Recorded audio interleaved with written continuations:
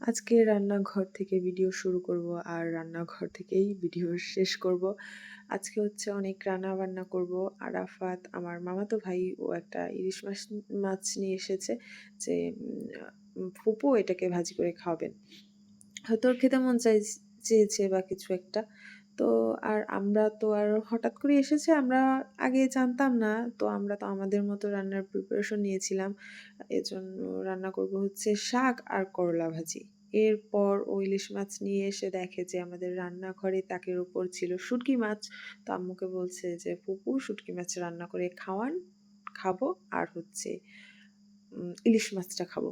তো যেই কথা সেই কাজ, আমি করলা ভাজি করে নিয়েছিলাম। আম্মু ততক্ষণে শুটকি রান্না করার জন্য আবারও নতুন করে পেঁয়াজ কাটাকাটি করে নিচ্ছিল। অবশ্য আরাফাত অনেক হেল্প করেছে, যেহেতু আমাদের বাসায় ছোট্ট একটা বাচ্চা আছে।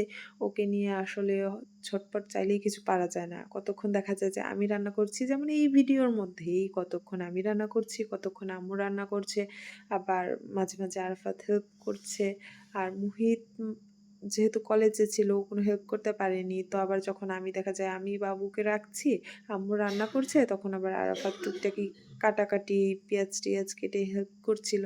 তো এইভাবেই ৩ জন মিলে রান্নাগুলো শেষ করলাম আরকি। এদিকে আমি কথা বলতে, বলতে আমার শাক, মাছ এবং করলা ভাজি করা শেষ। এরপর হচ্ছে শুটকি মাছটা রান্না করব। তো চিন্তা করলাম শুটকি মাছটা যেহেতু রান্নাই করব, তো সাথে, সাথে একটা রেসিপি ভিডিও করে ফেলি। কারণ শুটকি মাছ এমনিই খুব ঝামেলার বিষয়। সচরাচর বাসায় রান্নাটা করাও হয় না। আর কাজের ফাঁকে একটু হচ্ছে বাবুকে মালটার জুস বানিয়ে খাইয়েছিলাম। কারণ বাবু একটু মালটার রসটা ইদানিং খায়, মানে চিপে রস বের করে দিলে খায়। যাই হোক, শুটকি রান্নাতে চলে যাচ্ছি। শুটকিটা ১ম এই একদম যেই আরাফাত বলেছে সাথে, সাথে আম্মু শুটকিটা কেটে বেছে ধুয়ে না ধুয়নি, কেটে বেছে আরকি ভেজে রেখেছে। তারপর সেটাকে পানিতে ভিজিয়ে সুন্দর মতো ধুয়ে নিয়েছে। আর আমি এবার রান্নার প্রসেসটা আমি করব, যে মা আমিই রান্না করি।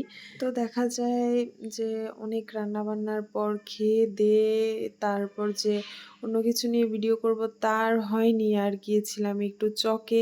আর চকে গিয়ে এত লোকজনের ভিড়ে ভিডিও করব, বাবুকে কোলে নিয়ে হাঁটা একদম খুবই ঝামেলার হয়ে যায়। তাই আর সেই ভিডিওগুলো করিনি। তো এখানে দেখাচ্ছি আমি চক থেকে কি, কি কিনেছিলাম। বাসায় একজন আসলেই, যেহেতু আমরা বাড়ি থেকে এখানে এসেছি কয়েক মাস হয়, তো এক ভালো গ্লাসও নেই আমাদের যে একজন আসলে একটা শরবত দেবো বা পানি দেবো। যাও বা বাড়ি থেকে এনেছিলাম, তাও আবার ধরেন গাড়িতে করে তো মাল জিনিস এনেছি, ধাক্কায়, ধাক্কায় গ্লাসগুলো ভেঙে গেছে। এখন একজন আসলে তো শরবত দেওয়ার জন্যও লাগে। তো ওইটা নিয়েছিলাম পানি খাওয়ার জন্য গ্লাস, আর এখন নিবো, মানে এখন যেটা দেখাচ্ছি এটা হচ্ছে শরবত দেওয়ার জন্য গ্লাস। এরপর আর নিয়েছি হচ্ছে বাবুর জন্য একটা ফিডার। ভাই ফিডার কিনতেও আমি ফকির। বাবুর জন্য একটা ফিডার কিনি, মানে এতদিন তো কাচেরই কিনেছি আর ভেঙেছে, কিনেছি আর ভেঙেছে। পানি ভরা থাকলে যদি হাত থেকে পিছলে পড়ে যায়, ছোট মানুষ, তাহলেই তো শেষ। তো লাস্ট বার এনেছিলাম প্লাস্টিকেরটা, সেটা আমিও চুলায় ফোটাতে দিয়ে যে আমি এই পাশে এসেছি, পুরো একদম নাজেহাল অবস্থা। যাই হোক, সেজন্য ফিডার কিনেছি। আর হচ্ছে একটা এটাকে চাপ ঝাঁপি বা কিছু একটা বলে, যাই হোক ওইটা নিয়েছি। আর ঘরে পরার জন্য, যেহেতু শীত এসে গেছে, স্যান্ডেল নিয়েছি ২ টা। আর এটা হচ্ছে থালা বাসন ধুয়ে রাখার জন্য একটা র‍্যাক নিয়েছিলাম।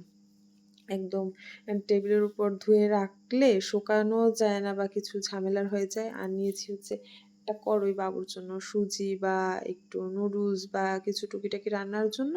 আছে একটা কড়াই, কিন্তু ওটার থেকে একটু বড় সাইজের একটা একটু নিয়েছি।